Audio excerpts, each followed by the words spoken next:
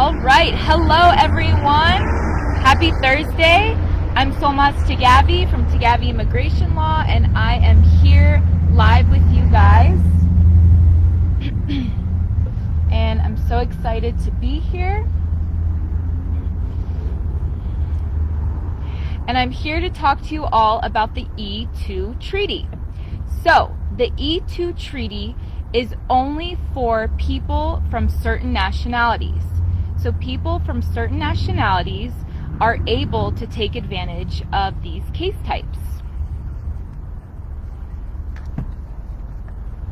All right, we're having a little bit of technical issues, guys, so bear with me.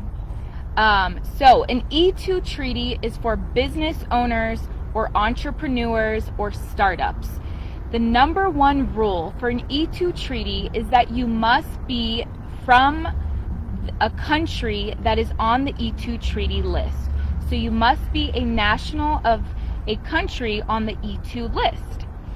The second question that I get more often than not is how much investment do you have to make? So the government states that you must make a substantial investment. What is that amount? Well, it's actually not a specific amount. Usually we tell clients that it can be something like $100,000, but it could be something less as long as it is reasonable. So it could be something less, but as long as it's reasonable. And we have a question here. Can we get more information on switching from F1 to EB3 or H1B? So in EB3, there are three categories. There's skilled workers, which require at least 2 years of training in that job field, or unskilled workers, which require less than 2 years, or professionals, which has certain educational requirements. But you need an employer to sponsor you. Same with an H1B. You need to be in a specialty occupation and have a bachelor's degree, and you also need an employer to petition for you. And you may be capped subject, meaning you have to play the lottery and be chosen. Only if you're doing research, working for a nonprofit, would you potentially be cap exempt, and you don't have to play the lottery for H1B. All right, I have another question from Mehdi. Mehdi, thank you for joining. Can I apply for an E2 visa and an E2B NIW at the same time? So an E2 treaty is a single intent visa. So your intention to come to the United States has to be to develop your business. It cannot be for your green card. So you would have to change your status from the E2 treaty visa to the E2B NIW. But if you believe you qualify for both, then we definitely want to talk strategy. But applying for the E2 visa and the EB2 NIW at the same time is likely not going to be a good idea and potentially a conflict far as immigrant intent goes. All right, great question, you guys. Any other questions coming through? Anyone from my team have some questions about the E2 treaty? We developed an ebook about how to create an LLC in the United States. So for the E2 treaty, you can either create a new business in the United States, which could potentially mean that you need to create an LLC or a corporation in the United States and open a bank account. Or you could be purchasing a existing business, like for example, a franchise like Chick-fil-A, one of these other franchise companies, and you're purchasing that business. Or you're purchasing a portion of that business. So at least 51% of an existing business. All right, we have a ton of joining.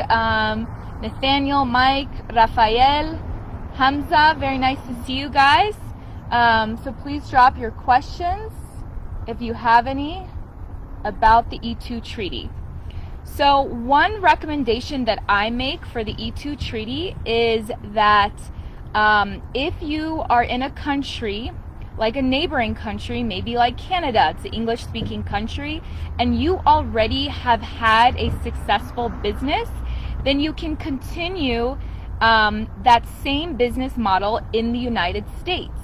And you're going to already have that business plan and proof that you've been successful, and you can come to the United States and rinse and repeat.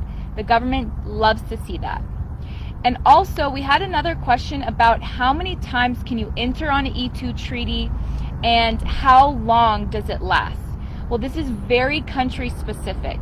So for example, Canada, which we have a lot of clients doing the E2 treaty from Canada, they have multiple entries and they are able to use, I believe it's 55 to 60 months. So it's a pretty long time in which they can use the E2 treaty. However, a country like Egypt, it has limits on the amount of entries, and the amount of time that you can be on the visa is much more limited. So it's very country specific, and of course we want to make sure that you are part of a country or that you're a national of a country that is on the E2 treaty list, which we can release for you. Hi Nermeen, good to see you. Thanks for joining. Speaking of Egypt, we have our amazing intern Nermeen who just joined us. All right, and then we have another question here. What is the minimum amount of investment for E2 treaties? So USCIS says it is a substantial amount. We often tell people that it's $100,000 for the investment in the company. What does that include? That includes your staff, that includes your lease agreement, maybe to develop your services or to develop or create your products. So all of those things are your investment in the business. However, if it is less than $100,000, as long as it's reasonable, so that less investment amount, like let's say it's $20,000, $30,000, $50,000, as long as it's a match and it is the sufficient and realistic amount to start your business, then you're going to be in pretty good shape. The other thing that I want to mention is your business must be active.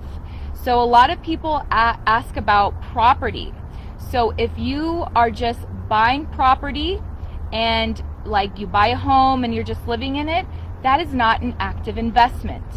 However, if you purchase multiple properties and actively are flipping and selling those properties, or you have a property management company and you are actively managing multiple companies, that is an active business.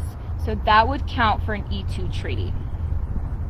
F1, so if you want to change your status from student visa, so with the E2 treaty, you can be in the United States and do a change of status, or you can be out of the United States and do consular processing and enter with that E2 treaty. The E2 treaty is a pretty short turnaround time. So I believe it's maximum around 3 months where you could potentially get your E2 treaty approved and come to the United States. And then with Canada, that's something that you could do quite quickly. So it's going to depend on that country and what their consulate or their port of entry is looking like. But it's a pretty short turnaround time. And yes, we can help you create your business like an LLC. We can potentially help you open a bank account in the United States. We can connect you with a CPA so you can make sure you get your taxes right, or a business attorney to make sure that the business aspect of your business that you're creating looks good. And we will serve, of course, as your immigration attorney. So I'm getting some other questions here that are not E2 related, like a 601A waiver, parole in place. We do help with parole in place and 601 waivers. So Alice, that's definitely something we can offer you a free case evaluation and help you with. And someone here wrote, I want to come work in America. Well, you need a job offer. You need a job offer, and we can be the tool that gets you to the United States.